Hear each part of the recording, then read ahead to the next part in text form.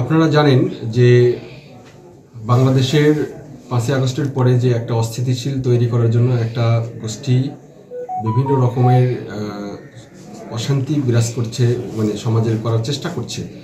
তো তাদের আমরা গ্রেপ্তার করার জন্য যে অপারেশন ডেভিল হান্ট শুরু হয়েছে তার অংশ হিসেবে আমরা প্রতিদিন গ্রেপ্তার করছি এবং তার অংশ হিসেবে গতকালকে আমরা সাভার এবং আশুলিয়া থানায় বিভিন্ন জায়গায় অভিযান চালাই।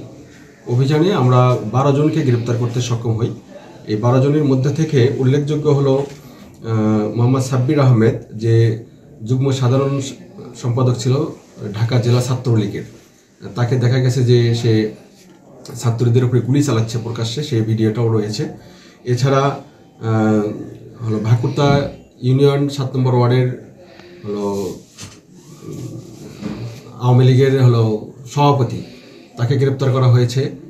এছাড়া আশুলিয়া থানাধীন ধামসোনা ইউনিয়ন, তারপর পাথালি ইউনিয়ন, এগুলোর যারা বড় বড় নেতা রয়েছে এবং এই এলাকায় বর্তমানে অশান্তি তৈরি করছে, বিভিন্ন রকমের চাঁদাবাজি করছে, তারপরে যাকে তাকে উপানোর জন্য চেষ্টা করছে, অথবা চাঁদাবাজি থেকে শুরু করে বিভিন্ন রকমের অপকর্ম করছে, এই সমস্ত লোকদেরকে আমরা গ্রেপ্তার করছি।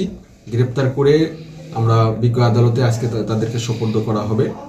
আপনারা জানেন যে আমরা এই অপারেশন ডেভিল হান্ট শুরুর থেকে এ পর্যন্ত সাভার এবং আশুলিয়া এই 2 থানা থেকেই 110 জনের মতো গ্রেপ্তার করতে সক্ষম হয়েছে। যে এটা হাইকোর্টের আসামি থাকে তাকে সর্বোচ্চ সিকিউরিটি দিয়ে নিয়ে আসা হয়। 17টা মামলা রয়েছে। এখানে যে বিষয়টা উঠেছে, যে গাড়ির বিষয়টা,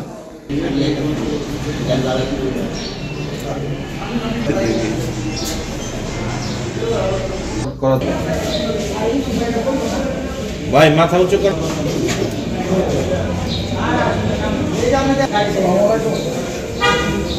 অসুখ ধরে নেই।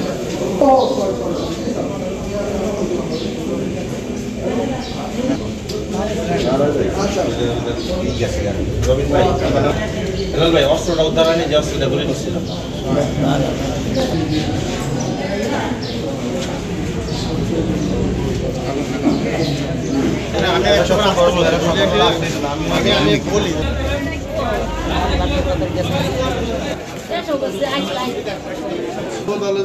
সাধারণ সম্পাদক ছিলাম। আওয়ামী লীগের আমি কিছু না, আমার কোনো ব্যানার পোস্টারে আওয়ামী লীগের নাই। আওয়ামী লীগের কিছু সক্রিয় লোক বর্তমান একটু বলি, আমার বুকে সাহস আছে, আমরা কখনো আওয়ামী লীগ করি নাই, কখনো। আমি বলবো, ওইখানে বলতে হবে না, নামের মিল নাই, নামের সাথে মিল নাই, তারপর হ্যাঁ 8 নম্বর ওয়ার্ডে, 8 নম্বর ওয়ার্ড, নাম কি? আলাউদ্দিন খান। শোনো, আমগো শরীরে কোনো কলঙ্ক নাই। আমারও বেআইনি ভাবে নেওয়া হয়েছিল, আমারও বেআইনি ভাবে নেওয়া হয়েছে।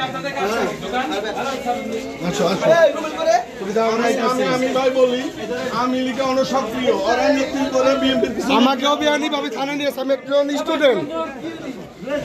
কোন সময় বিএনপি আমি লিখ করা নাই, বিএনপি কিছু বলবো না।